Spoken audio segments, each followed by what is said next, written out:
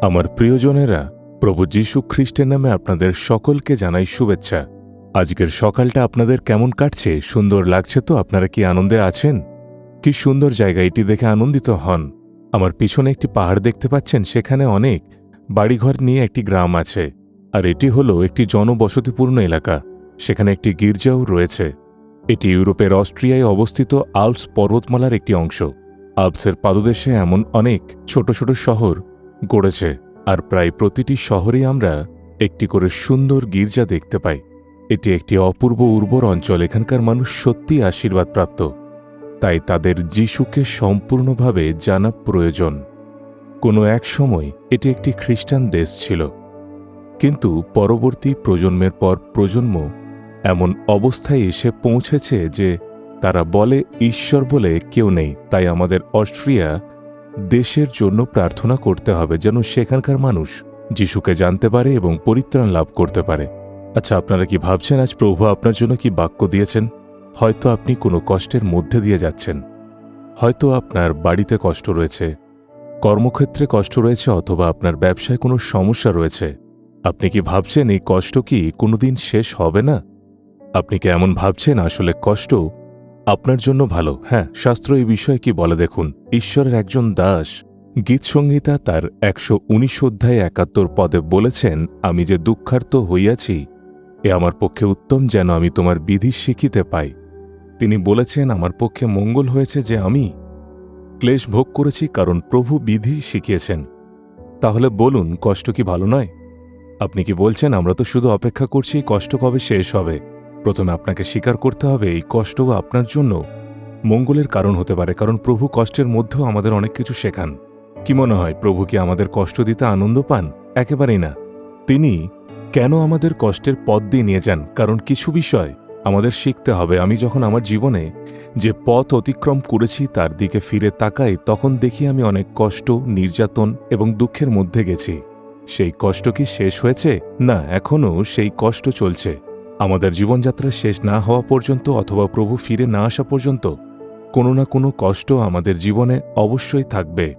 এমনকি আমিও এখনও কষ্টের মধ্য দিয়ে অনেক কিছু শিখছি। শুরুতে এটি কঠিন ছিল, কিন্তু এই বাক্যের অর্থ জানার পর কষ্টের বিষয়টি আমার কাছে একেবারেই অন্যরকম হয়ে গেল। আপনি কি জানেন আমরা কি শিখি? কষ্টের মধ্য দিয়ে আমরা কি শিখি? প্রভু বলেন আমরা কষ্টের মধ্য দিয়েই সান্ত্বনা লাভ করি। তখন আমরা শিখি প্রভুই সেই ঈশ্বর যিনি আমাদের কষ্টের মধ্যে সান্ত্বনা দেন। যখন আমরা কষ্টের মধ্যে থাকি, তখন আমরা প্রভুর উপর কিভাবে বিশ্বাস করতে হয় তা শিখি। প্রভু আমাকে কষ্টের মধ্যেও ধৈর্য ধরতে শিখিয়েছেন। আমি তাঁর কাছ থেকেই তা শিখেছি। যারা আমাদের কষ্ট দেয় তাদের ভালোবাসতে এবং ক্ষমা করতে প্রভু আমাকে শিখিয়েছেন। কষ্টের মধ্যে ধৈর্য ধরে সহ্য করার মাধ্যমে যে উপকার পাওয়া যায় তাও আমি শিখেছি। কষ্টের মধ্যেই আমরা ঈশ্বরের উপস্থিতিকে আরও গভীরভাবে অনুভব করি। আমরা বুঝতে পারি প্রভু আমাদের কতটা কাছে রয়েছেন। প্রভু আমাকে এগুলো শিখিয়েছেন।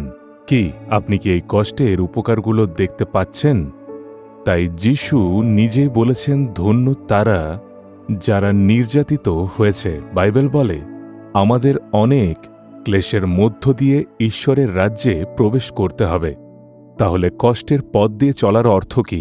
এর অর্থ হলো আমরা স্বর্গের পথে এগিয়ে চলেছি, আমরা সঠিক পথে এগিয়ে চলেছি। তাহলে বলুন, কষ্ট কি প্রয়োজনীয় নয়? তাই আমরা কষ্টের মধ্যে ধৈর্য ধরতে শিখি। কষ্টের মধ্যেও কিভাবে আনন্দিত থাকতে হয় তা শিখি।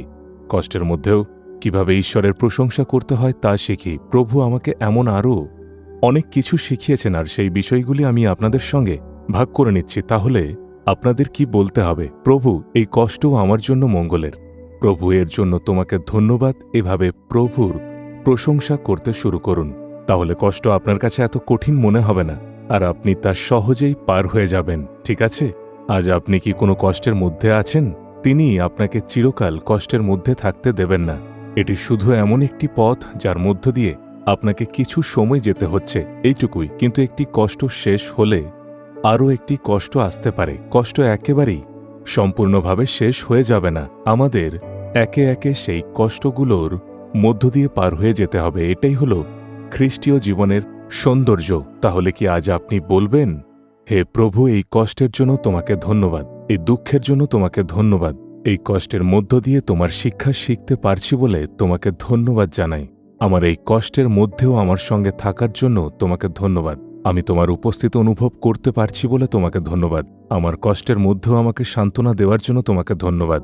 এই সমস্ত কষ্টের মধ্য দিয়ে আমি স্বর্গের দিকে এগিয়ে চলেছি, তার জন্য তোমাকে ধন্যবাদ, ধন্যবাদ।